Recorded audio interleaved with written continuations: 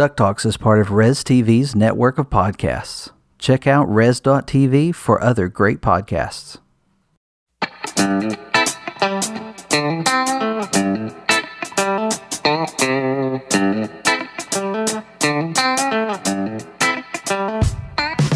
It's the week of Monday, December 21st. You're listening to episode 119 of DuckTalks. Thank you for checking out another episode of DuckTalks. We're glad that you're here. If this is the first time you've listened to the show, we hope you'll interact with us online. Check us out at ducktalks.com for information, and you can always comment on our posts. And you can interact with us over on Twitter at DuckTalks. And feel free to send us an email at ducktalkspod@gmail.com. We've got a special episode planned for you this week. We're recording this. This episode's going out tonight, so you're going to hear it just a few hours after we have recorded this.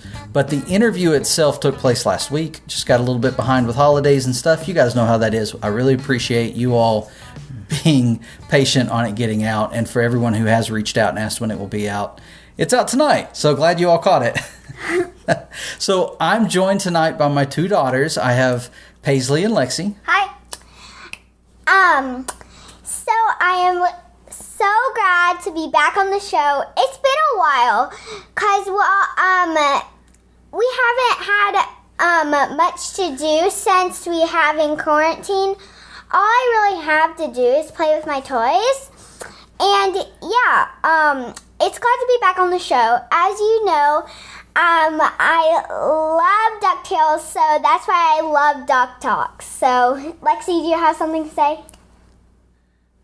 I'm glad to be here. You can just, yes. Okay. All right. So we thought it would be fun, since I had to record this and everybody's still awake, if we just went ahead and did an intro and an outro bumper with me and the girls, just for fun, because we enjoy watching DuckTales together. We watched a marathon of episodes yesterday. We started with The first ever episode. No, yesterday we started with the Doofus episode with Only Child Day, and we went all the way into season 2. Yeah, so what we did is Dad said I'm gonna pick one that we don't watch as often. We don't watch as often, and I had in my head don't want that one, and he picked it.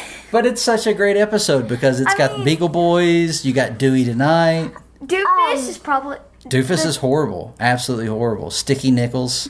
I actually wanted to say something. My voice might sound so squeaky, but it's actually not. Okay. That's random. All right. Yes. It's so weird. So with this episode, we're not going to cover any news. There's a little bit of news. You all know about the season 3 coming to a close soon in the series. Season 3... Huh? Didn't it already close? No, we've still got about 5 or 6 episodes left. Okay. But they're not going to air until next year, sometime 2021. I'm happy it ended with Santa Claus. Yeah. So we got the Santa Claus episode before our hiatus, and the show will be back. We're thinking February. We can't confirm that, but that's the rumor we've heard. We will talk about DuckTales is still coming to Epcot in an upcoming episode, and we'll probably do something along the lines of looking back at 2020 as far as DuckTales goes, and it'll probably be our next episode. That'll be in January. It's not going to be sometime in December. But yeah, this episode was a lot of fun. We got to speak with Tanner Johnson. Now, Tanner was a storyboard artist on DuckTales, and during his time on DuckTales, he was promoted to director, and he's directed many of our favorite episodes. We've been looking forward to having him on the show for a while. We finally worked it out, and so Pirate and Josh and I were able to sit down with him last week, talk about his career, talk about some behind the scenes on DuckTales, and then also about his future work that he has coming up. And you guys are going to enjoy it. And after the interview, we'll be back to say goodbye.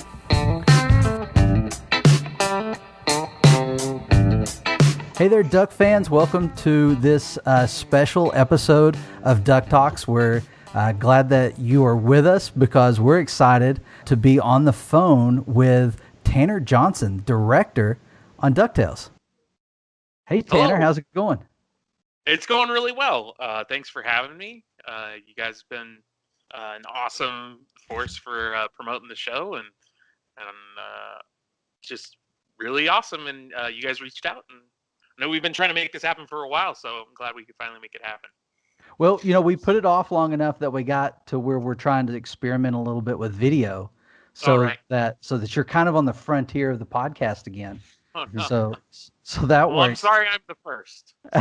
Yeah, and actually, if you're watching this video, I usually don't do beards, but I knew Tanner was going to be on the show, so I grew this. This is the Tanner Johnson beard. Yay, nice. I'm missing a memo. I'm the only one with no facial hair.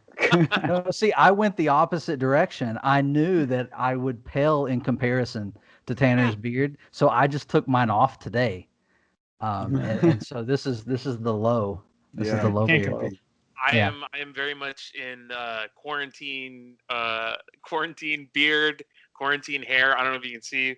I got the nice back, just because it's just been getting it's out of control. I haven't been to a barber in 9 months or anything like that. And I thought about cutting my hair, but it's getting so long and it looks kind of nice. Might as well keep it around for a little bit longer. Yeah, this is the time to experiment on it. Yeah, exactly. I thought about shaving down to a mustache. All these pandemic experimentations I want to try, but yeah, my hair got kind of crazy. It got the longest it had ever been. So last week I took clippers to it, and I was immediately disappointed. So fair enough. I was like, we'll get back there one of these days. Yeah. Well, Tanner, we love DuckTales, obviously. I mean, we take the time to do the show. Thank you for your kind words, by the way.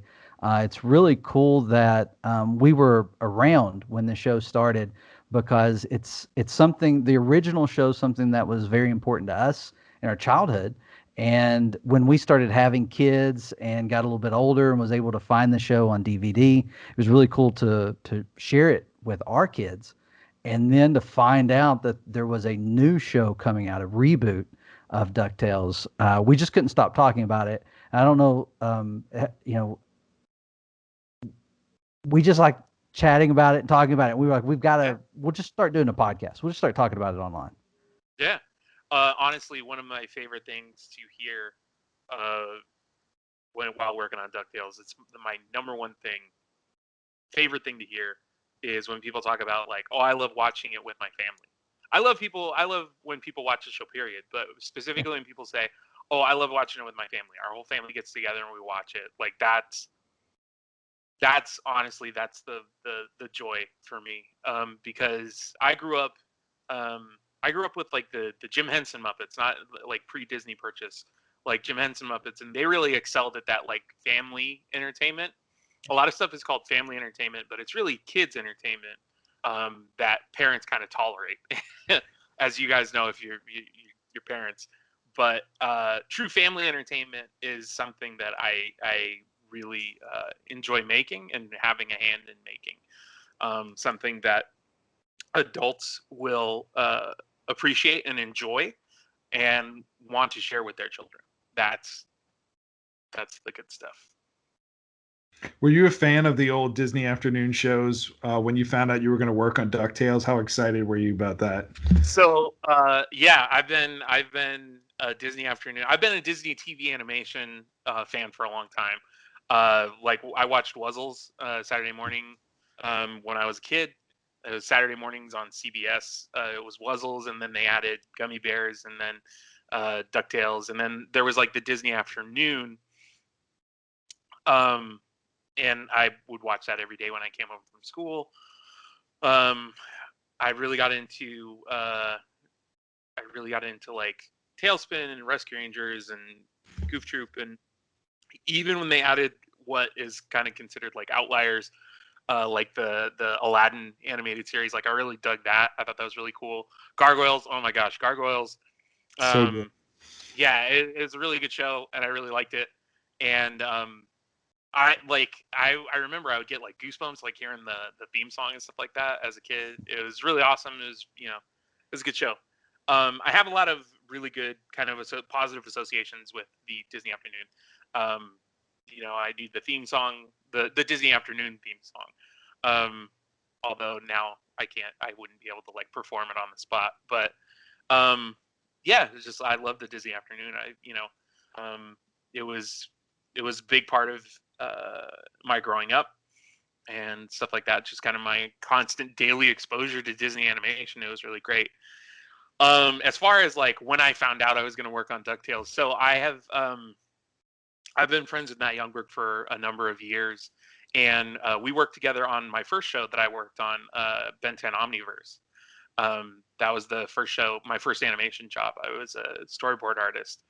I was hired by Dan Reba, who worked on Batman the Animated Series, and that was like big deal for me. Anyway, we would kind of blue sky about like, oh, what would we like to do, kind of with our careers and our trajectory and stuff like that. And Matt always said like, oh, I'd really like to do my own thing, but if I had to do like an existing property, like it would really be awesome to take a crack at DuckTales. I was like, oh my gosh, because DuckTales was always my favorite. It was DuckTales #1, and then number 2 spot. I hope I'm not ruffling any feathers. Number 2 spot was Tailspin for me, always. Wow. Okay. I know I love Darkwing Duck. There's no shade on Darkwing. I love Darkwing. It's fine. Yeah, no, I'm very interested in talking more about Tailspin. I don't think we talked about it enough. I love Tailspin, and just to have been a fly on the wall when that show was pitched, would have been amazing. Just because it's such an off the wall concept. Be like, say, you remember Jungle Book, right? It's like, yeah, I do remember Jungle Book. Well, what if they were 1920s bush pilots? It's like, I guess, cool. That's how, and it turned out like awesome. Like it was one of those concepts that like, you go back and watch them, and they're very entertaining and stuff like that. But that concept like really sets the imagination, a kind of a fire. Anyway, so Matt said it would be really cool to work on DuckTales. I was like, oh my gosh, yeah, that would be incredible. And so then he later on, after Ben 10 was done and wrapped, and I had moved on to another production, and he had moved on to other things, but like he and Frank developed their pitch for DuckTales, and and so like once they kind of got the go ahead, I was brought in to do storyboards. I was one of the first handful of people they brought in on that show, on DuckTales. And I was able to do kind of some character exploration, stuff like that, and just kind of figure out how to make. We had like obviously Sean Jimenez, Alex Kerwan. We had a whole bunch of other incredible designers that had been taking cracks at it. And I am not a designer by any stretch. I'm a board artist. I'm story department through and through. But it was like taking their designs that they were doing and figuring out my shorthand, figuring out a shorthand that could be disseminated through the rest of the story department, to be like, okay, so you want to avoid these kinds of shots because it like makes the heads look weird, and et cetera, et cetera.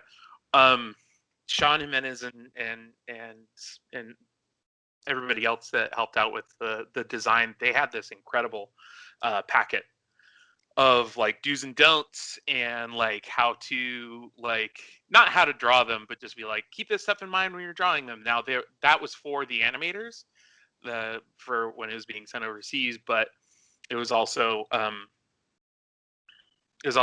valuable for us to see as kind of like a style guide. And anyway, I'm getting away from my point of the question.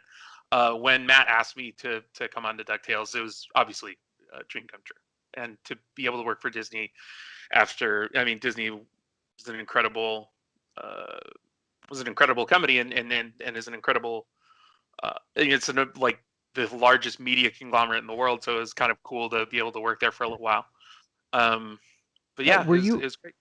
Were you on Spider-Man, the 2017 Spider-Man, at the time when DuckTales was moving into, or I think I read somewhere that you worked on one of the Spider-Man shows. Was it one of the Disney XD shows?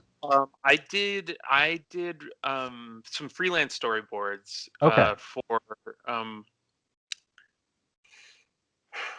for one of the Disney XD Spider-Man. I want to say it was Marvel's Spider-Man, or something like that. It was, because it's not like Spectacular Spider-Man. It was the one of the more recent ones. I would do freelance for Marvel animated shows from time to time. I've done freelance for Hulk and the Agents of Smash. I did freelance for Guardians of the Galaxy. I boarded. There were these shorts when they were introducing the Guardians of the Galaxy animated series.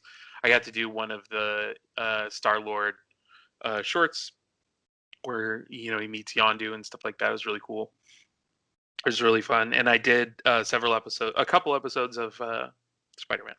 Okay, cool. I'd read that, and so I was wondering if you already had the Disney connection there, since it was I thought it was airing on Disney XD, but I didn't really realize it was freelance.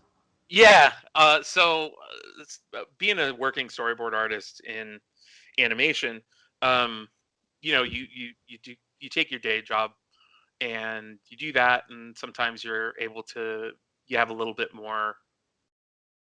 You have sometimes the ability to take on freelance. When I was younger and I was able to stay up later and I didn't have kids and I wasn't married. Oh, no, I'm sorry. I've never been not married and boarding. So I got my first animation job after I got married. But like when I didn't have kids, I was able to freelance. And so I would do freelance for the Marvel shows and stuff like that because it was fun. Yeah, that's cool. Yeah, go on.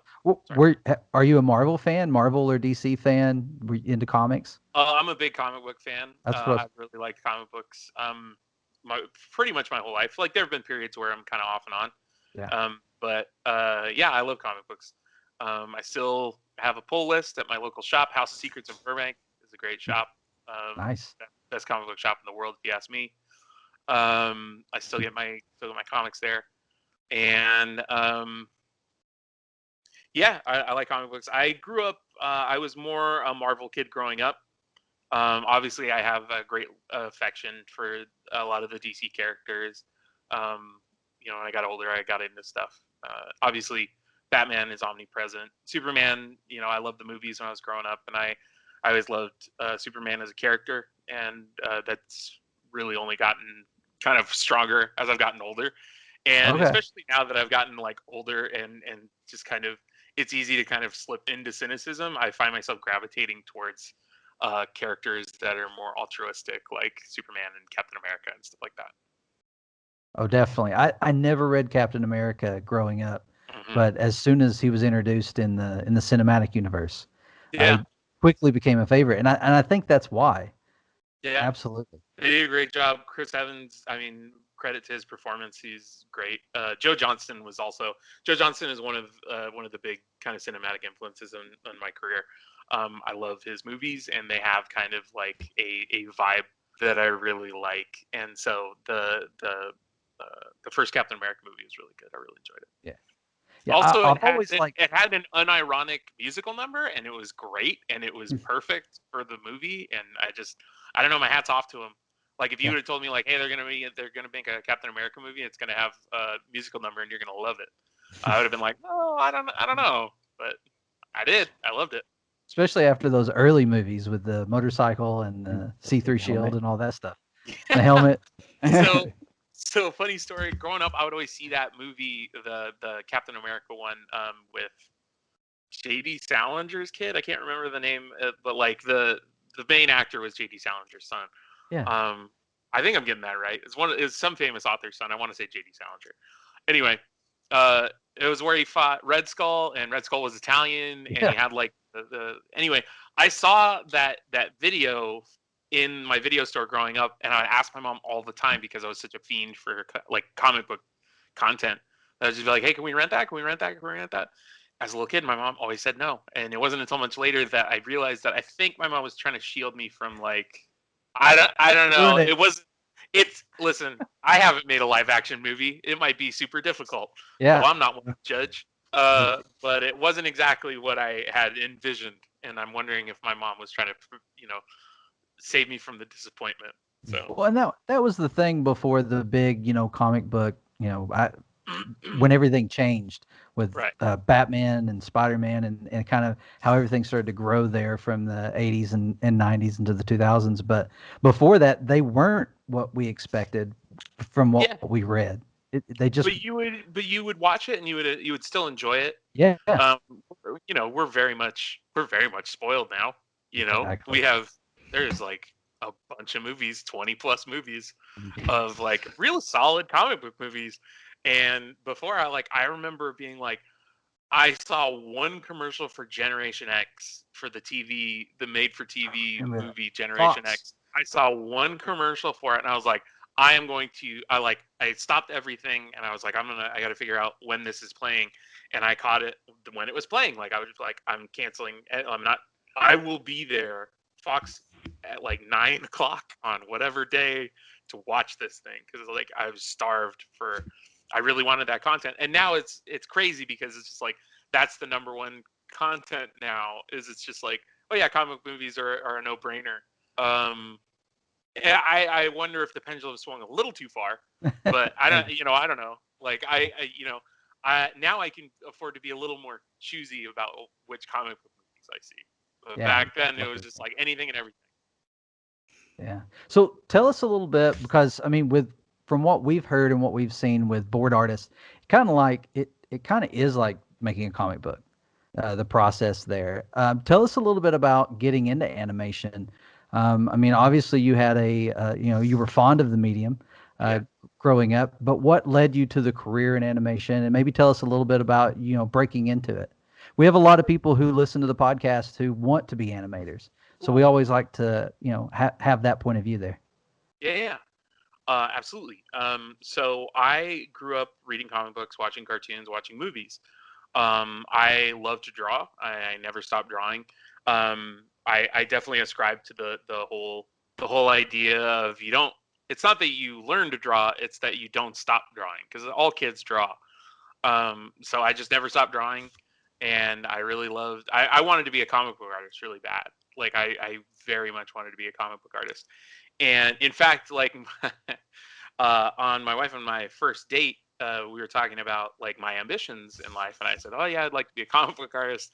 And she said, later on she had said that kind of gave her pause. She was like, "I don't know about this," but she saw my work and she thought it was good enough for her to believe that I stood a chance at doing something, if not comic books. Yeah, I never stopped drawing. I was kind of in a spot where I was trying to possibly get into art school. I was taking night classes. Art Center in Pasadena has night classes that anybody can sign up for if you are willing to pay for the classes. And I had a job at the time that afforded that to me. I was able to pay for a couple of night classes at Art Center. I was able to take some classes at Pasadena City College. A little known fact about Pasadena City College is or at least it used to be this way. I don't know about now, but a lot of professors and teachers from Art Center would kind of moonlight at Pasadena City College. And so you could get like Art Center quality kind of teachers and classes at Pasadena City College for, much less money. So anyway, I took some classes there at Pasadena City College. I took some night classes at Art Center and just kind of kept working on trying to be the best artist I could be. And I was like, well, maybe I'll try to get into Art Center or, something else. And Matt Youngberg, who, showrunner on DuckTales, we had been friends for a while, and he was directing, I think, on I want to say Ben 10 Ultimate Alien. He was directing, but like we would actually go to the comic book store every Wednesday. This was back when we both had free time. We would go to the comic book store every Wednesday, and when we'd get lunch with other people in the industry and stuff like that, and we would run into friends, and they would say, like, they would always be asking Matt, "Hey Matt, do you know any good specifically action storyboard artists?" Because they were all working on action shows and stuff like that. And he was like, "No, there's not really anybody kind of in town that does action." And so it reached a point where Matt was having a hard time finding people.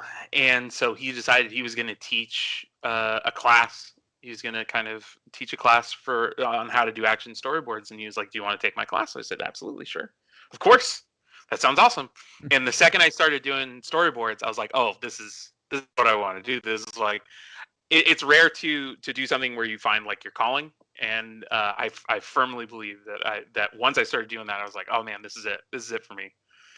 This is what I want to do. I want to do storyboards because it combined, like I said, I love movies, and it combined kind of all of my loves of drawing and storytelling and cinematic language and stuff like that. And Matt taught me everything I know. And after that, after his class, I took a class at Concept Design Academy, which is in Pasadena.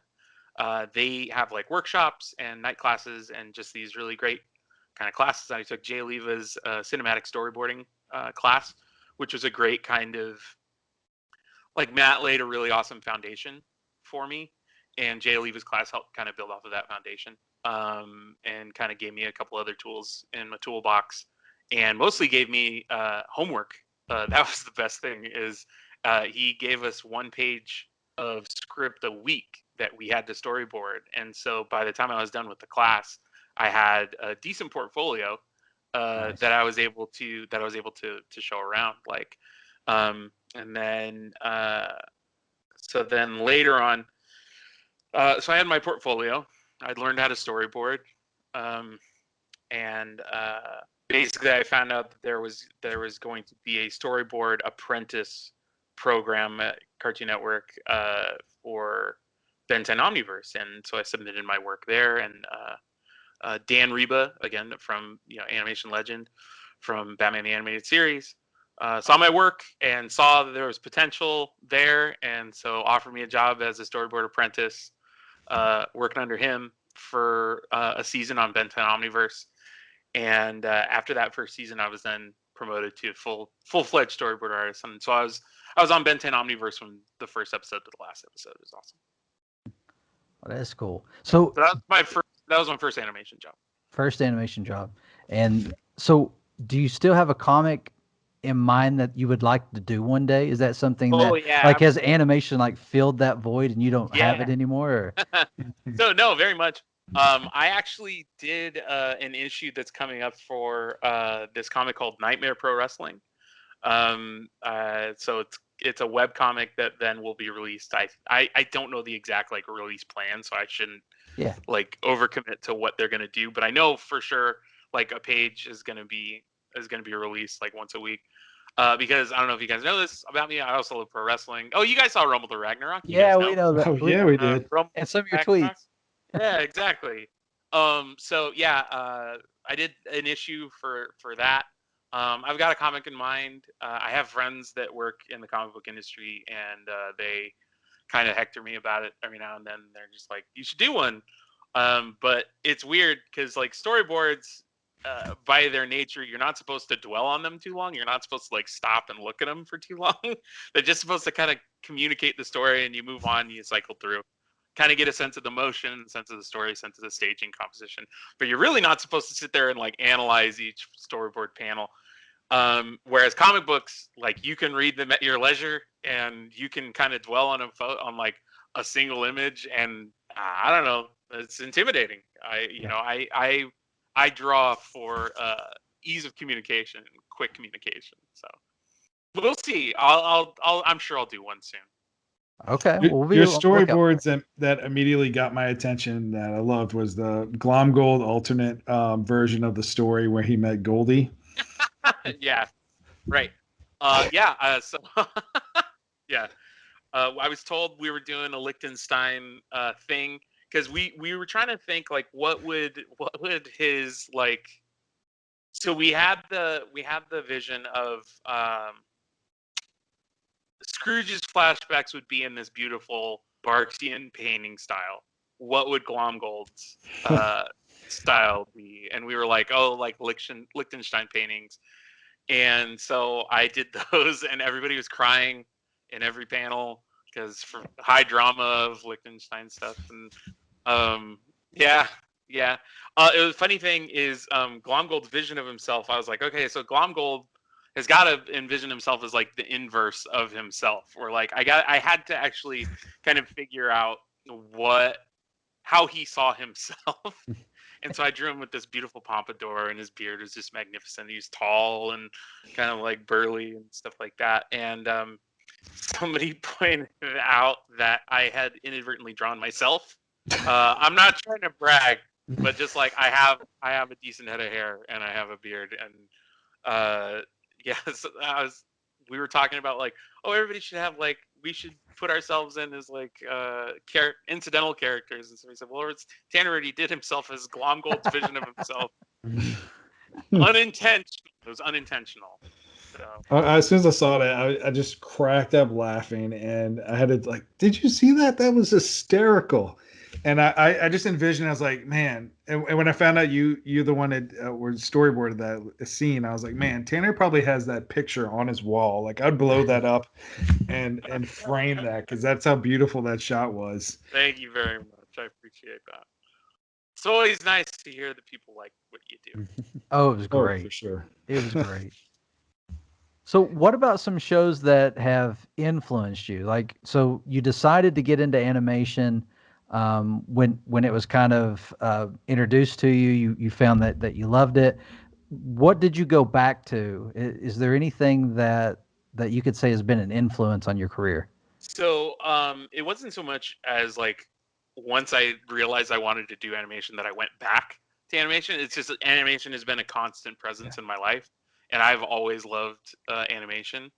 It's just I've never stopped loving it. But like, man, Batman the Animated Series kind of can't be understated or overstated the impact that it made on me and on people kind of my generation. Like nothing looked like that show, and it looked so good, and it was so it had such great takes on the characters, and it was such a crystal clear version of that character. So that's one. Anime has always been a huge deal in my life. Back before I knew it was anime, because Japanese studios have been TMS. The work from Studio TMS was always. I didn't realize until I got older that I was like, oh man, like I noticed like, oh yeah, the eyes from this look kind of like the eyes from that, and like these characters kind of move like they move in this, and then I realized, oh, it's all the same studio. And like the TMS did work for Disney, and like that stuff had a huge influence on me. And they did Little Nemo in Slumberland, which is an incredible movie, and has just like unbelievable animation.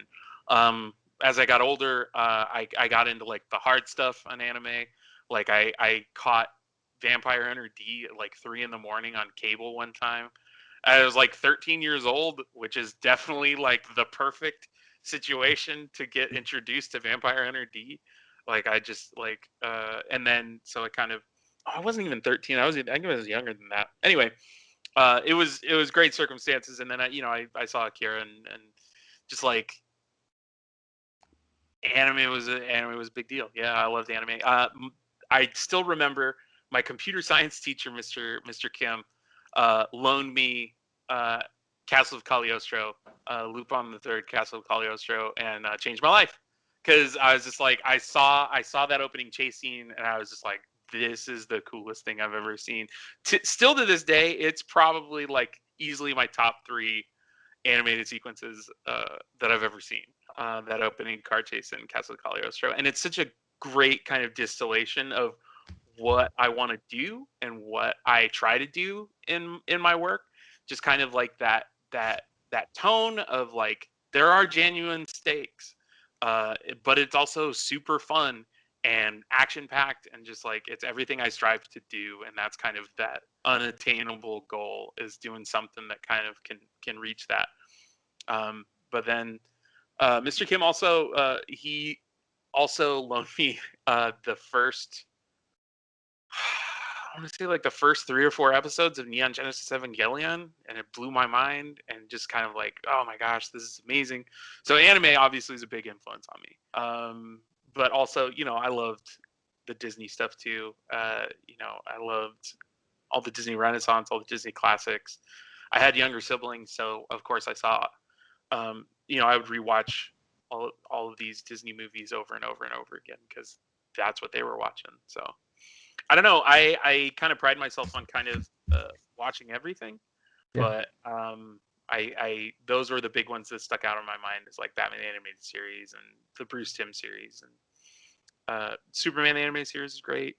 Batman the Animated Series is still like, it's my Batman. When I think of Batman, like I remember the movie, the Keaton movie, right? Yeah. And then I remember the sequel, but really it was Batman the Animated Series. When I think of Batman, that's the Batman in my mind. And you're not wrong. Like that's that's a good pick. You know, I love Batman, the Tim Burton Batmans, and I love the Nolan Batmans and stuff like that. But like the ideal Batman, even above the comics. I mean, like again, it's just such a clear, crystal clear vision of that character, and it's just like, yep, nailed it. Yeah, every villain, every storyline, I go back to the animated series. They made the villains better and clearer in the show than they were in the comics. Like Clayface was a nobody in the comics, but in that show, man, Feet of Clay breaks my heart. It's so good. Hard Ice, Sub-Zero, or Sub-Zero, excuse me. Sub-Zero is the movie. Mr. Freeze. Right. But like Mr. Freeze was just kind of like an also ran. But then they came up with these great takes on it, and it wasn't like. I feel like a lot of people call it grim and gritty. It's not grim and gritty. It's like sophisticated. It's a sophisticated take, and I think there's a fine line between like, I think people want sophistication in their material, and they kind of will mistake the grim and gritty and the swears and the growls and the darkness. I think they'll just kind of, I think they see that as a shorthand for sophistication. And they're not, they aren't always wrong, but I just feel like sophistication is what people are looking for, and just well thought out stories. Yeah, it got lighthearted at times, so it wasn't like grim and gritty. Gotham, the recent series, that was grim and gritty in my mind. The animated series, it was a tone. It was how they chose to portray the show. But as looking back on it, I don't guess I ever considered it grim and gritty. Yeah, I think people just may use that term as like a shorthand. Yeah. But it's like that sophistication in storytelling. It didn't talk down to the audience. I think that was a big thing for a cartoon. And it had Mark Hamill as the Joker. I mean, you can't get I mean, national treasure Mark Hamill as the Joker. Yeah. And Harley Quinn was really, breakout in that one as well. Tara Strong was great. Yeah. Everything. Yeah. So going back to animation, and so you got into storyboarding with DuckTales. That's when you got your first chance at directing. Is that right? Correct. So Dana Terrace was directing on DuckTales, and I wasn't part of her of her storyboard team, but we all kind of hung out and we would see each other's work and stuff like that. And Dana was going to she was leaving the show to develop the Owl House, what would become the Owl House, and so there was a vacancy, and apparently according to the higher ups, they had been looking around, they'd been looking for a director, and they just felt like, oh man, do we really have time to kind of wait for somebody to kind of hit the style of the show, or what we really need is somebody to hit the ground running so that we don't lose any kind of time on that learning curve. And so they were talking about kind of promoting from within. And Matt and I have been friends for a long time, and Matt didn't want it to seem like there was nepotism, and so he kind of didn't want to give me the job. Like he didn't want me to be the director, because he didn't want it to even seem like it was improper. But it was Dana and my then current director, John Oshima. They both said to Matt, like, oh, Tanner's the guy, like Tanner's ready.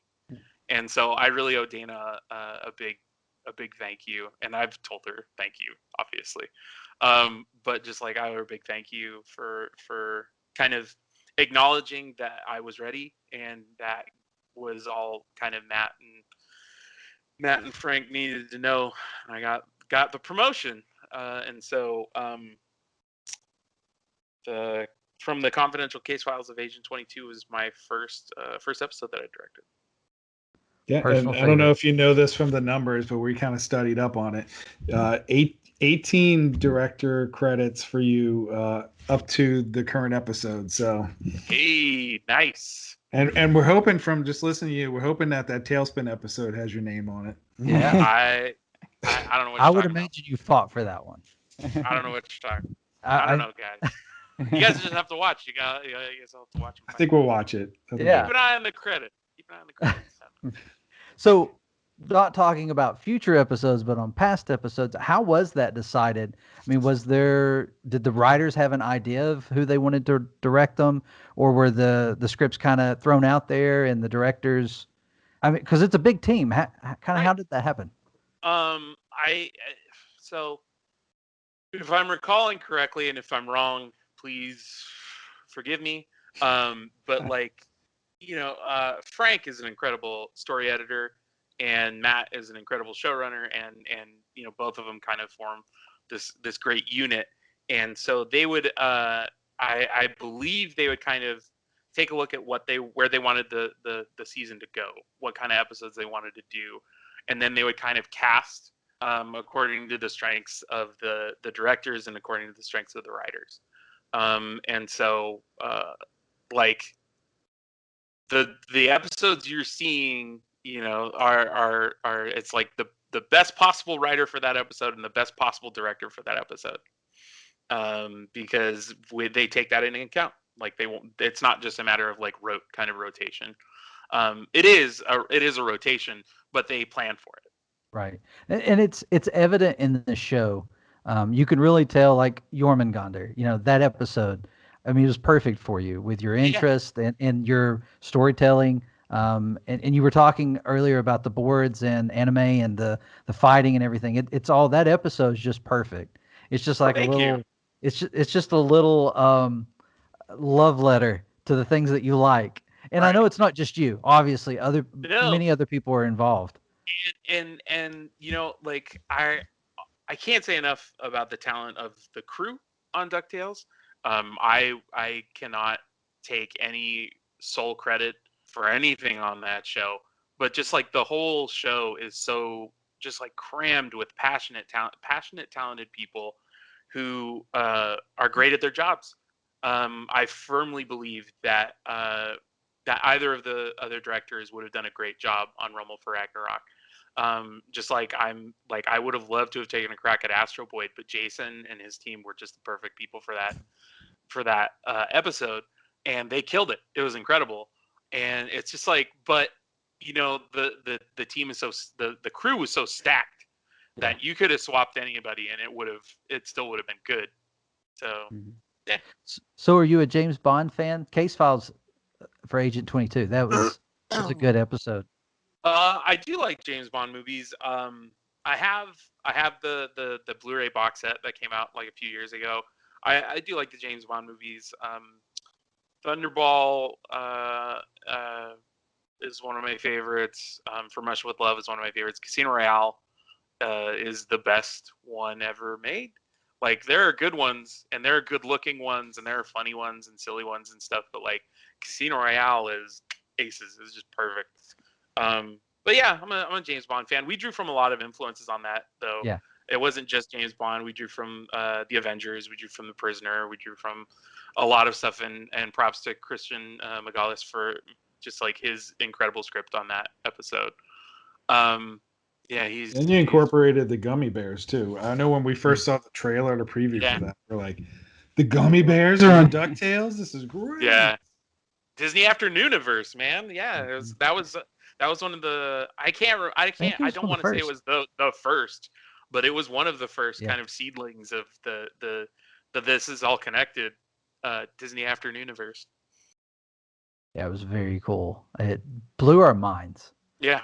So how long does a DuckTales episode usually take from when they hand it to a director to take care of? So, okay, all told, it takes like so when I would get an episode, it would be we would have 3 weeks for 2 weeks to rough it. Then we would have a week to rough the storyboard. Then we would note the storyboard, and then they would clean up the storyboard for another few weeks. It was a 6-week board rotation. And then once it was done with that, though, once it was done with the board, we would then take it into animatic, and we would I'd work with an editor to come up with an animatic, which I don't know if, for the sake of those who don't know, it's where they make the storyboard like they time it out, and they put the audio and some sound effects and some music and stuff in to make like a rough idea as to this is what the episode's going to play like. We pull scratch music for that would match the tone of the scene, but that is not going to be the same, obviously. And then we would present that animatic to executives. They would give us notes. We would apply those notes. Then we would do a final animatic. Once that animatic was done, we would then it would go into timing. DuckTales is one of the few shows that used timers and X sheets, exposure sheets, just real old school animation tool where it's just like this real long sheet where you're timing out and then writing down everything that is happening with everything that is animating on the screen. Oh, wow. And it's and then so we would then get that ready, and while that's happening, on the production side, they're making sure all the designs are done, making sure all the backgrounds are done and compiled into this big packet that we would then send with our storyboard and the animatic to the overseas studios. So it's basically everything you need to make this. Here it is, and we send it to them, and then they animate it. I'm sure I'm forgetting something, but I'm just... No, that was a great explanation of the process. Yeah. What does the director do, like, in that process? Like, what is, when you get the director credit, what is it you're doing through that process? What are you directing? Yeah, that's a good question. So I like to think of it as a storyboard artist, you're in charge of your section. So the director, first of all, takes the script and then reads the script and says, who's the best storyboard artist on my team for these parts? We have a roughly 30-page script, give or take. And so who is the best board artist for this part? Who's the best board artist for this part? And then you kind of break that down and you assign it to the board artist. Now the board artist, or this is just my directorial style, I like to give my board artists a little bit of freedom and leeway to kind of make their own decisions and make a lot of their choices. Because my hope is that the board artists that I'm working over, that they will one day want to become directors, and I want to kind of give them that freedom to make creative choices. Now, they make those creative choices, and then all of those boards come back from the 3 different board artists that are on my team. They all come back, and they're all from disparate and different points of view. And it's the director's job to then take these 3 different points of view and to hone them down into one specific vision, which would be, it's like Matt and Frank's vision, and then my vision, and like the director's vision for that episode. And so it's kind of my job to kind of rein it in and adjust it to make it one cohesive thing that's made by a bunch of different people. Is that okay? Yeah, that's a good explanation. Yeah. Like, keep the direction, keep things flowing. What I like to do, and also what I like to do, is I like to have very clear communication of my expectations when I hand out a section for storyboards, and then kind of having communicated my expectations and what I want, and kind of letting them know, like, okay, this is kind of what I was thinking. I leave them to execute that. And then when it comes back, sometimes it comes back with different takes. Like they'll be like, well, I thought I would try this. Sometimes it works, and I'll be like, oh, that's a great idea. That works perfectly for what we were going for. Hadn't thought about it. That's good. Sometimes it's like, all right, that's fine, but I like, you did a good job. I do need you to kind of bring it back to this thing, though. It's just like the board artist's point of view is kind of their section. And it's supposed to be like they're supposed to focus on their section, and it's the director's job to have a higher perspective and see the whole episode, just like it's then the showrunner's job to see the whole series, if that makes sense. Yeah, and that's great that you worked in storyboards and you got promoted into directing because you've already have all that experience and knowledge of the storyboarding part of it. Yeah, it's pretty rare for a director in at least TV animation to not have some storyboard experience. I've heard of it, but I've never seen it. So. Okay. And I'm just looking at your list of episodes. You got some really great episodes, and I know we'd be like, "Oh, this is definitely a Tanner Johnson episode," even before we saw your name on her. But you got the Duck Knight Returns, which I'm just gonna start gushing about because that's my favorite thing ever on this planet. Yeah. And I love that you got to direct that. Do you have any behind the scenes stories on that great episode? Well, hold on one second. He was supposed to ask, because we had a question before that. And what is your favorite episode and why is it the Duck Knight Returns? And then we were going to get into the behind the scenes. Duck Knight Returns. Wonderful. I mean, there's no point in answering, I guess. No, I could not say. I actually was dreading. I was like, okay, so I'm going to be on DuckTalks. They're going to ask me what my favorite episode is. I truly cannot say. It's like picking a favorite child. Yeah, right? Like totally do that though. Like, I don't know that I have a favorite episode. I've got a list of favorite episodes, and but yeah, I don't know that I could. You have a favorite character while we're on the subject? I have a favorite character. See, that one's hard, but I can at least make attempts at like my favorite characters. I love Glomgold, and I've gotten to kind of play with that toy in the sandbox a lot, which is great. John D. Rocker Duck is great. Yeah. I love Rocker Duck so much, and yeah, it's just like basically every character that I got to like really dig in, and this is a credit to Matt, Frank, and the rest of the writers. They did such a good job of coming up with these incredible characters. That like every time, like after I worked on Agent 22, I was like, man, Beakley's the best. I love doing Beakley scenes. I love doing Beakley fights. Like I storyboarded the Beakley Black Heron fight in the kitchen. And like I love, like she's got like that beef, and it's really awesome to kind of throw it around. It's really great and fun to draw. But like I love Glomgold, I love Launchpad, I love Rocker Duck, I love Jeeves and Rocker Duck, I love Goldie, I love Scrooge, Dewey, Huey, Louie, like I love everybody on the cast. You just don't start naming them. Yeah. But like that's the thing. Like the list of characters is just like, yeah, these are all great characters. But like Glomgold and Rocker Duck are my favorites. They always make me laugh the most. And you got to write the official Glomgold theme song Takeover. No, I co-wrote that with Frank. So they told me that they wanted to do a Glomgold theme song takeover and like a Glomgold.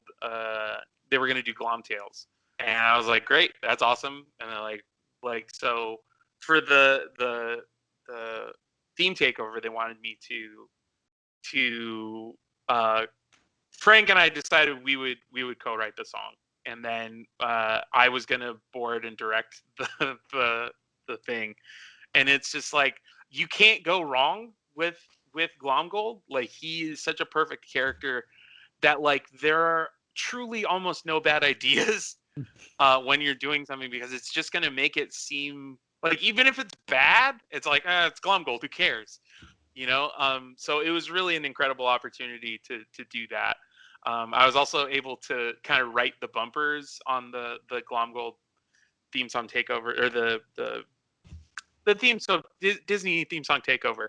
And I got to write chortle at my legal woes, which is still one of my favorite kind of jokes. But going back to the Duck Knight Return. Duck Knight. I mean, it's a great episode. I don't know if I have. MEC Sierra, incredibly funny board artist. Came up with the posters, the movie posters for like Don't Eat the Toner and Save Me First and Face the Facts was the other one, and Donald getting sucked into the fax machine.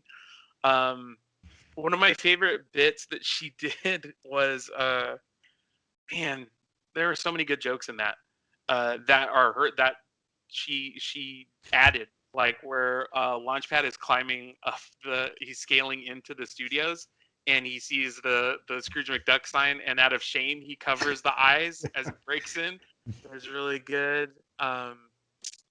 It was really awesome to go to the record for Edgar Wright to do the Alistair Borswan character.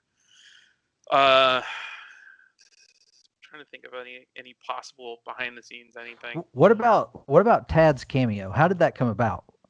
Oh, I mean, Tad has been incredible friend of the DuckTales crew and just like champion of our show. We owe him a lot because he's never been like, well, I don't know about this new DuckTales. He's always been super supportive and super great, and he's a dear friend. And so it's just like trying to figure out a way to get him in this thing, and it was just like, oh, there's this incredible security guard that has this bit where he gets to say, no, I've never heard of him, when of course Tad's heard of Darkwing Duck. That's why it's funny. The joke. Yeah, the whole episode, I mean, was a perfect Drake Mallard introduction and an origin story, but then also like the Jim Starlin being Negaduck was a great Negaduck origin story. And I kind of think that Jim Cummins didn't know that that's how it was gonna run for him after hearing about the story, but I thought it was hilarious. Yeah, I couldn't say. Like, unfortunately I don't interact too much with the actors, but like I don't know. All I know is that like the episode turned out great. Jim's performance is great. Chris D, we do not have the time to talk about how impressed I am with Chris D's performance. He's just so good. And we have been, for sure. Beck Bennett and all the heavy lifting he did in that episode, just like as Launchpad and just playing that. So as a director, when you're working on an episode and you watch it over and over and over and over again, you start to like wonder, like, is this funny anymore? Like you start like, you got all your initial laughs out, and you just have to have faith that like, okay, my first laugh, that's going to be the laugh that people like experience. They'll watch it the first time and they'll laugh, and then you have to have faith in that. But as a director, you do find things where you're just like, oh man, this is a favorite joke, and nobody will think it's funny because it's only funny to me because I've already laughed at everything else. But like, and this isn't necessarily one of those, but I always got a laugh out of Beck's read when Drake says to Launchpad, he's like, believe it or not, I was not the coolest kid growing up. And just that flat, what? No. It's like, it's great. It's a great read. Beck Bennett is incredibly talented. Our whole cast, incredibly talented.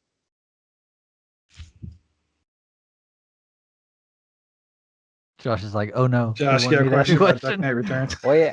You guys asked so many great questions. I'm trying to think of a good one. We can go back to Ducktales. I mean, like I don't know. We were hoping Ducktales would be a spin-off. Like, it could easily be a spin-off Ducktales. But the song, going back to the song, I mean, how you going to top the DuckTales theme song? And you did. Yeah. I top it. We didn't top it because you can't. But like, you came up with the best of the cheapest version of DuckTales. That introduction, 6 to 10 will that love character. I mean, That introduction of that character in the premiere was just spot on. Like you knew what you were getting the rest of the series from that first introduction. And yet he still surprises. Like that's what's great about Glomgold is he'll still surprise you. Like, could you have predicted Shark Bomb his son? Like, I don't think anybody could have predicted that. And that's what makes him dangerous. We've had some people tell us that they wish he was more dangerous because maybe the comics version was more dangerous. Like, listen, this guy is so crazy, you never know what's going to happen. You know what's going to happen? Yeah, man. Also, like, come on, Glomgold's great. Like, have fun, enjoy the episode. Like, exactly. There's lots of danger on the show. Okay. Yeah. So you directed Whatever Happened to Della Duck and Nothing Can Stop Della Duck. How is that bringing Della into kind of the DuckTale universe kind of been for you? Oh man. So Whatever Happened to Della Duck is definitely one of the highlights of my career. Like just working on that episode and how that episode turned out. It was really great. It was a really great opportunity for me, and I was so very grateful for that opportunity. It was really cool to have an episode where we introduced the Capcom DuckTales Moon theme into DuckTales canon. That was really great, and just kind of that whole process. I've always loved the Moon theme. I have friends who have done like arrangements of the Moon theme before I started working in animation, and definitely before I worked on DuckTales. But like, I love the Moon theme, and I love that video game, and all the Capcom Disney games are great. So be able to incorporate that theme into DuckTales canon was awesome. It was a great thing, and the writers did an incredible job. I believe it was Colleen and Madison that wrote that episode. Do you guys have the cast? Do you guys have the crew listing right there? I don't have it in my notes. It was Colleen Madison. But I think so. Maybe it was... Any episode with a song, we usually credit Madison Bacon anyway. Yeah. But like, I know that Frank would write, a lot of key episodes, and I don't want to not credit him if he wrote that episode. I'm gonna look this up. Yeah, I'm trying to bring it up real quick. It was Madison Colleen. Yeah, it was Madison Colleen. I knew because they were writing the song, and they would ask me about the song and like how it went and stuff like that. It was. I'll tell you a cool story. that Lin-Manuel wanted to sing it or something in one of the interviews, and he was like, "Nope." Frank's like, "No, we already did it." Yeah, that's funny. That's funny. I was going to tell you no on singing. I was going to tell you a cool story. My 8-year-old has just gotten into gaming and started playing our NES Classic more. I mean, she's played video games for a number of years now, but she's like playing by herself, trying to get to the 3rd level of Donkey Kong type playing. And she's recently been playing through the Disney Afternoon Collection on her PlayStation 4. And when she was on the moon level of DuckTales, she goes, "Wait a minute, that's Della's song." Yeah. Yeah. So I thought that was really cool. I was like, yeah. And anytime kids from now on, when they hear that song, I mean, I would obviously give Capcom, and the arranger of the song, the composer of that song, give them credit. But I would love for them to be like, "Oh, that's Della's song," because Della is such an incredible character and such a great, I believe, representative of character with limb difference and of a parent. And like Padgett Brewster is so incredible and did so much with that character. It's just like it's a character that I hope endures, because just everything about it is great. Frank and Matt and all the crew. So what do you say when we went there? I said it blew my mind when you all went there. I mean, with that premiere episode, with it ending on that, where Dewey moves the painting that's ripped and sees his mom, and you get that moment.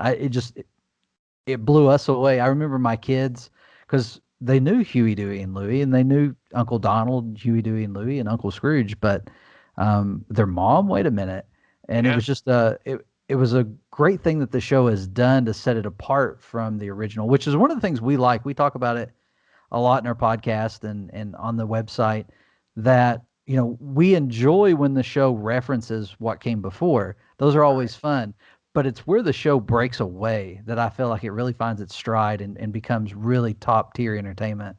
And then the callbacks are just fun, I feel. Thank you. But yeah, I love what has happened with Della, and she's become my kid's favorite character. Yeah, she's great.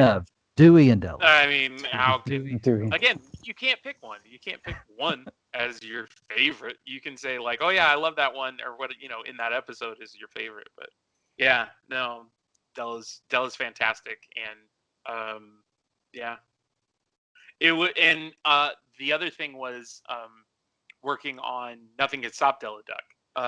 Was having her like reunite with the kids. That was a real special thing for me. And Emi Sisiraga again did such a great job of boarding that sequence of them reuniting, and just kind of like the gravity was never really lost on me, and it made me misty like almost every time I saw it. It was great. Yeah, when that promo debuted, like I watched that so many times, and you got like goosebumps when Scrooge dropped the quill. Yeah. Oh man, it was great. Jet Rebel and Turbo. Yeah, Turbo. Yeah, Ben Reed in that line of "I could have been Turbo." I feel like it's one of the best lines of the series. Yeah, it was funny. He tweeted the other day a Home Alone 2 clip about there was no perfect line read, but he's got some good ones that definitely are up there, and just on DuckTales. Ben Schwartz is so great. The whole cast is so great. Whole cast is so great. Yeah. Ben Schwartz is in everything now. Yeah, as he should be. He's incredibly talented. Everybody on our crew, everybody on our cast should be busy because they're the best. Yeah. So I don't know if you can tell, I love our cast. So. No, we do too. How could you not? I mean, we do too. Yeah. So I've got this question in my notes, and I think everybody keeps waiting for somebody to ask it. So I'm going to ask it. Okay. How many? Can you tell us how many episodes may be remaining in the season? I can't say. Okay. I'm sorry. All right. I mean, we have a pretty good idea just based off of the 25 total episodes and everything. The funny thing is like I'm not trying to play coy. I just shouldn't. Yeah. Nope. That's cool. That's fair. Can you tell us if you have any director credits of the next few episodes? Yeah, man. Yeah.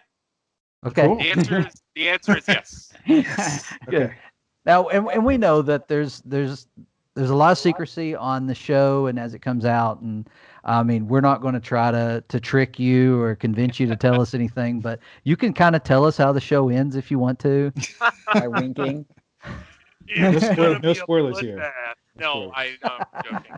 That is 100%. Yeah. I shouldn't, and I won't, because like our show is so great that I just want you all to watch it, and I don't want you to have any preconceived notions as to like if I said something, it would only cause you guys to think about, well, what does that mean, and overanalyze it and stuff. And I really want you and your listeners to watch it, and all of us feel this way on DuckTales. Or I shouldn't say all of us. I imagine all of us feel the same way. It's just like, want you to watch the show, enjoy the show, appreciate the show. Yeah. I 100% agree. I mean, I don't want to build up anything in my mind and then it go a different way. I want to be able to experience it as the show comes to see. Because so far, and we've said this a number of times on our show, so far you guys have never disappointed us with the direction of the show. There's been surprises. There's been things that we've been like, oh, it's not what I expected out of this. But in the end, it's always been great. And we've enjoyed it. Our families enjoy it. We love the work you've done on it. And we love the work obviously all of the cast and all of the crew, we're huge fans of everybody. And that's why we try to follow as many people as we can and keep up with what they're working on. And recently, the news came out that the show would be ending with season 3. So, and that was officially put out there that it was going to be over. So Yeah. we've been preparing for that and trying to be ready. The community's dealt with it over the last couple of weeks. There's a lot of people that were heartbroken, and it just is what it is. And we hate to see the show go, but we feel like, man, 65 or so episodes is a wonderful legacy. And I'm sure the show could have continued for many more seasons. There could have been many more stories, and we would have been there for all of them. But I'm looking forward to seeing how it ends, seeing how things are wrapped up, and just so thankful for your involvement on the show and your interaction with the community. I think that's one of the things that's been great about this show, and being part of the community and participating by trying to put out content and talk about the show and make sure people know about the show in the early days. And even into season 2, we were always surprised when somebody would go, "What? It's like, yeah, you've got to check this out." Yeah. Oh man. Yeah.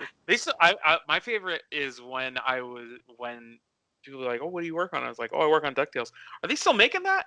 I was like, I'm 37. Like they're not still making DuckTales. It would be like the original 1987 version. Like some people are like, "Wow, that's been on for a long time," and it's like, no, it hasn't. It's a really long hiatus there. I guess. Yeah.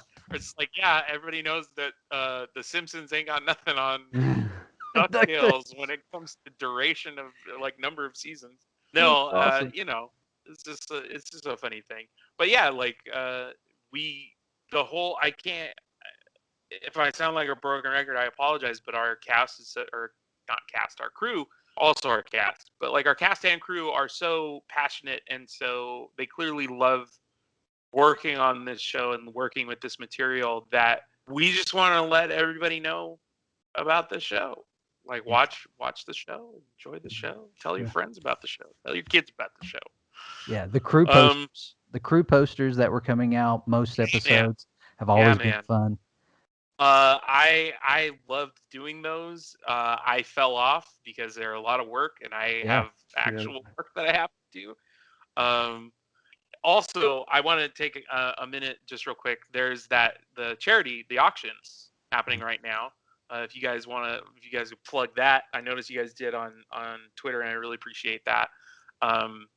But like, again, another even further testament as to how much everybody on the show loves that show, because they're willing to do this stuff specifically for charity, and Tad was instrumental, and Ted Stones is instrumental in that connection too with that charity. This is amazing charity, and I can't believe how much money that someone is donating to hang out with Frank and Gomez. Yeah, that was a big one. I don't have to pay nearly that much to hang out with them. Now he promised. You have to pay some money. So yeah, he did promise. He did promise one spoiler from that meal. So did he? I didn't know that. I think that's what's being bid on. Spoiler. He didn't give any indication. Whisper in the ear of the person, and then just a single tear rolls down his cheek. Just like that's how that would go in my mind. That's about what I was thinking. So Tanner, in your Twitter bio, it says that you work for Nickelodeon now. Are you allowed to plug or talk about what you're currently working on? Yeah, sure. I'm episodic director on Nickelodeon. I'm working on Big Nate, which was announced in Variety, I believe. So I don't think that I'm ruining anything by saying that. But yeah, I'll be directing on Big Nate for Nickelodeon. Very cool. Awesome. Yeah, we'll be checking it out. We'll be watching. You have all these new fans now because of DuckTales, so they're going to want to follow you to wherever you go next. So. Oh no! Oh boy, fans! No, I really appreciate. And if anybody likes what I do, that's great, and I'm super pleased.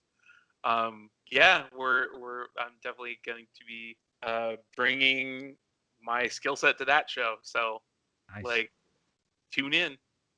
Now, Nickelodeon, was that awesome? I remember for me, kind of Disney Afternoon. I didn't catch the Aladdin. Like I came out of the Disney Afternoon around the Aladdin time and started. I remember watching more Fox shows Yeah. Looney Tunes, Animaniacs, and then it became I don't know Nickelodeon. how I saw the cartoons I did growing up because I feel like I didn't miss any of those. Like I was like, maybe I just watched too much cartoons when I was coming home from school. I don't know. Anyway, go on.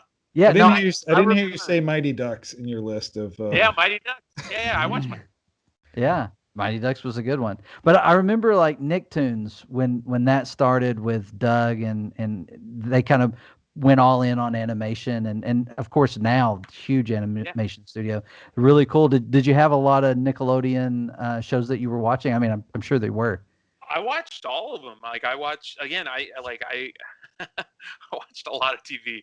I really gravitated towards Doug. I really liked Doug a lot. I liked Rugrats. Ren and Stimpy was a big deal. All Real Monsters. Like I would watch All Real Monsters. Some jokes from Rocko's Modern Life have incorporated themselves into like our family in jokes. You know, just stuff like that. Like I watched so many cartoons. I would be like, this isn't a challenge or anything, but it would be hard pressed to find a cartoon that I hadn't watched. We might have to have you on sometime just to try that challenge. Try me. No, it's just like no, and just like part of it. It's like I've seen a lot of movies, seen a lot of TV shows, and you know, if I was in any other job, it would be useless knowledge, but it's kind of created a shorthand and a vocabulary in my current line of work, and I'm very fortunate in that regard. That's cool. Well, I love that you're a huge fan of Tailspin. I think that show it's one of my top 3. No, 4. I don't know. When was you're like, oh, as soon as you say 4, I know where it ranks. Like, it's in your top 4. Oh, I guess that's right. No, in all honesty, every time I start thinking about the shows, I start, I can't rank them. I mean, I feel like I got a number 1, but other than that, they're all pretty much equal to me. Of the ones that I watch, because I won't try to say that I watched them all because I never watched an episode of Bonkers. I'm going to have to do it. I hear Disney Plus. Yeah, it's on Disney Plus.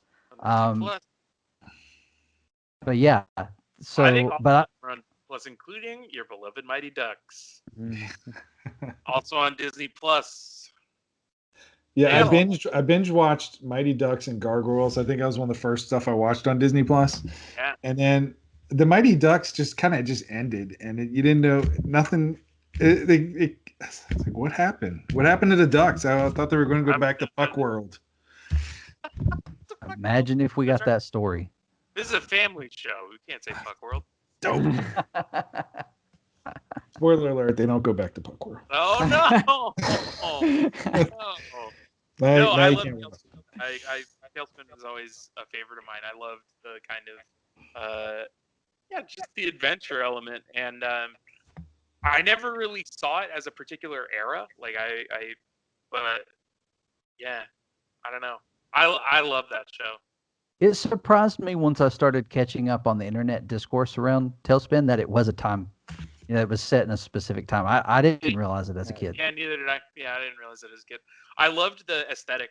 Like, I loved the kind of the Art Deco buildings, and I loved that the city was connected by like canals. It was like a metropolis, but it had like boats, and then you could also land planes on buildings and stuff like that. And like the Shere Khan character was super bad. Like, a great take on that.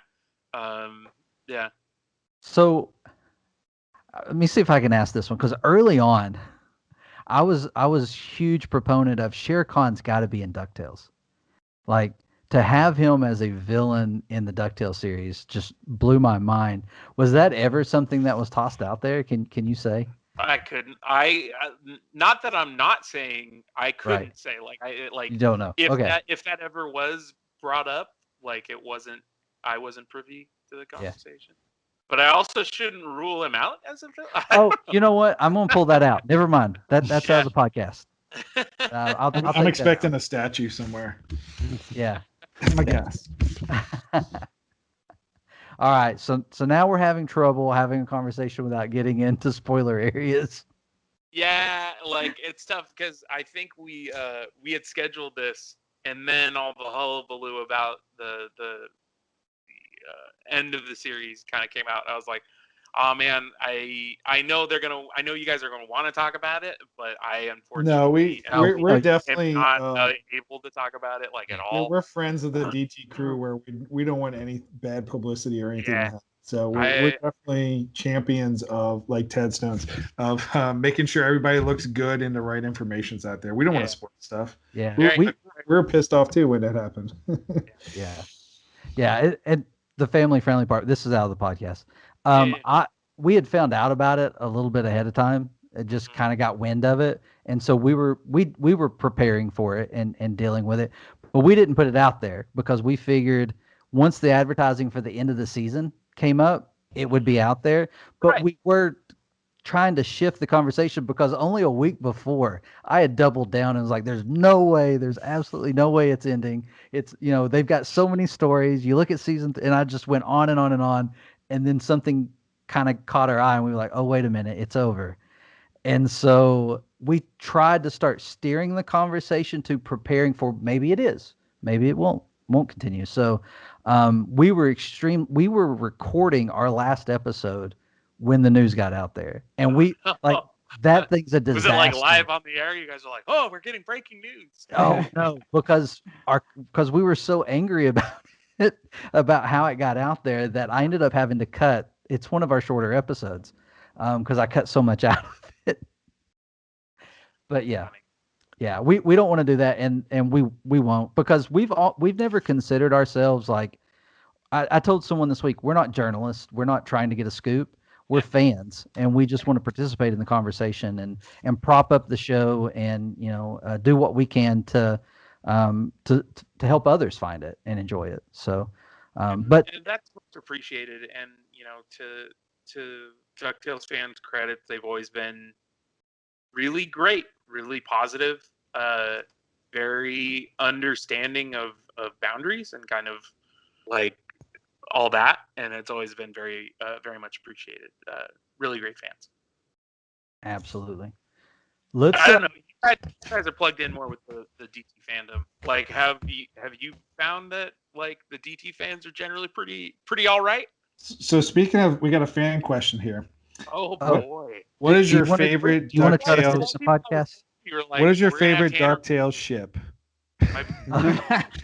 No, we're not. Oh my gosh. We stay away from that. Yeah. That's not a real question. I'm just no, thank you. all they want to talk about is shipping.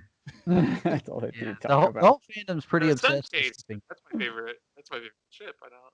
What was it? Sun Chaser. Oh, that's it's a plane. Yeah. It was a joke. Yeah. Like, when you said ship, I meant it took it as a vehicle, but yeah. No, the fandom as a whole has been great. It's something we've really enjoyed being part of. I feel like there's different sections of the fandom a little bit that are a little more focused on different aspects. And shipping's a big part of it. For us, we didn't want to draw lines across the board. Like every show. Yeah, that's true. We didn't want to draw in, because we saw some people getting upset with one another about their ships, and we were like, we don't want to cause that. We don't want to be part of that. So we just said no shipping on our show. We joked about it in the beginning and actually got some heat for joking about that we don't ship. That the only shipping we talk about is free shipping from shopdisney.com. That was a lot. Boy. You guys are dads, all right. That's for sure. The dad jokes. It's a way for people to interact, and so I don't know who am I to say how people interact with the stuff they're passionate about. So. Oh yeah, no, totally agree, and that's why we stayed away from it, because if we pick one, then we're on the opposite side of somebody else. Yeah, you're closing off somebody else, and why? So that's why we just kind of stayed away from it. But other than that, I think that's been really the only hubbub that we've seen where there's been some contention and people going back and forth. But otherwise, the show has a nice fandom, a strong fandom of people who just enjoy and are constantly trying to figure out what's going to happen next. And that's one of the things I enjoy, is trying to determine. There's times where I get to say, "Oh yeah, I was right. This is what happened." There's times where I go, "Oh man, I missed that. That was close." I feel like the stuff that I and we on the show liked is when people are like, that wasn't what I was expecting, or that wasn't what I guessed, but it's so much better than what I thought, or it's so different than what I thought it was going to do. Like those are the big the moments that that's the reaction we hope for. Yeah. So for us, we didn't get into the comics until DuckTales 2017. We watched the original series, and that was kind of where our interaction with the characters came from and our fandom. Are you talking about the Barks Rosa comics? Yeah. Okay. It wasn't until we started doing this show, and half of the emails we were getting was, "You have to read these."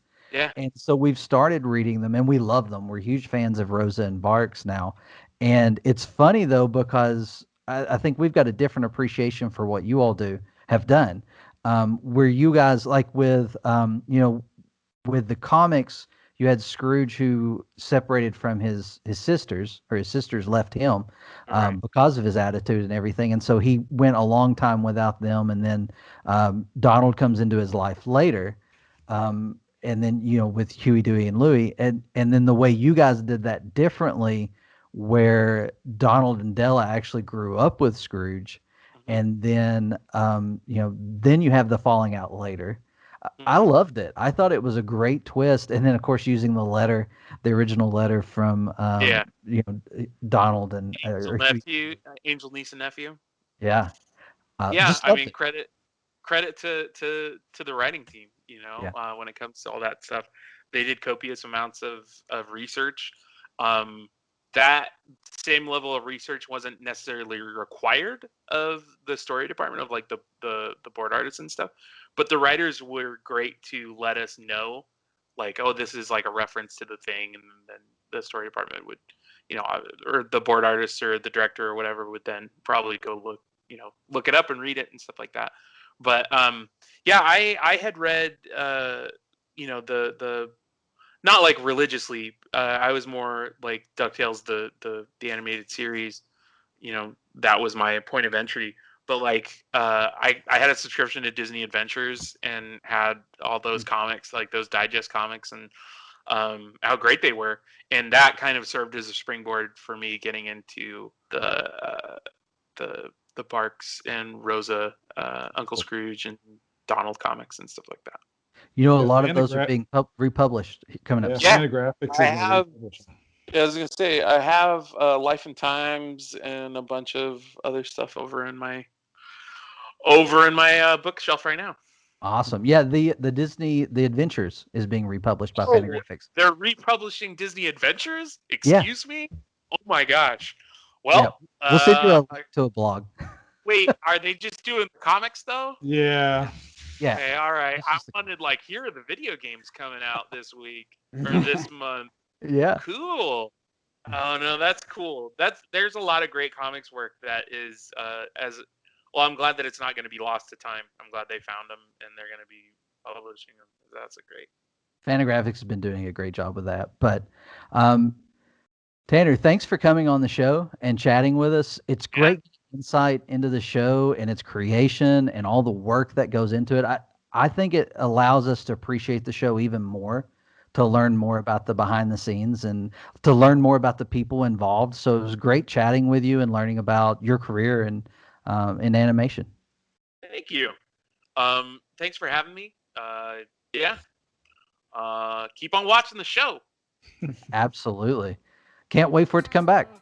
Duck fans, we hope that you have an amazing holiday season, that you enjoy time with your loved ones, and that you get to celebrate the holidays however that you celebrate them, and that you are safe during this crazy time. We've talked about it a little bit on the podcast, about just everybody staying safe, taking care of one another. But man, this was a lot of fun to talk with Tanner, and I'm glad to be able to get it out to you. And we're looking forward to what might come in 2021 with other interviews and discussions and maybe fun things that we do for the podcast.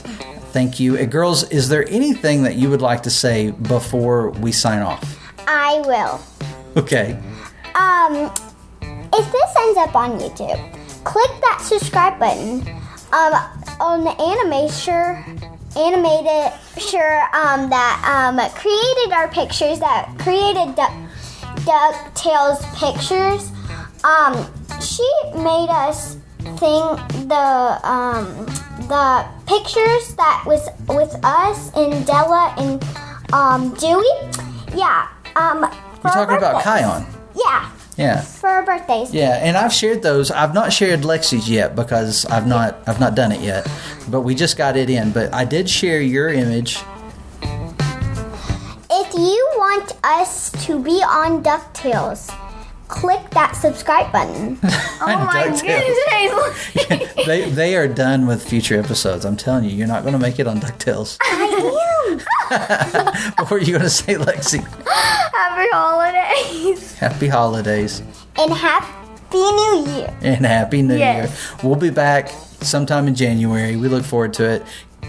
We might do some funny episodes on DuckTalks. That's just, we might watch episodes and just review them just for fun. We've talked about doing like commentaries and discussion while we watch the episodes. That could be a lot of fun. Like us, like we're doing right now. Yeah, kind of like this, but where we watch an episode while we do it. Well, I'm really happy to be on the show. Also, Merry Christmas, Happy New Year. Hope you have great holidays. And make sure you know we're all in this together. We will get through quarantine. Yes, we will. All right, and with that said, that's going to be it for now. So until next time, Happy holidays. And Happy New Year. Paisley signing off. Bye. stay dangerous, and if you can dream it, you can do it. I think that's what Josh says. Good night, everybody. Bye. Good night. Happy holidays.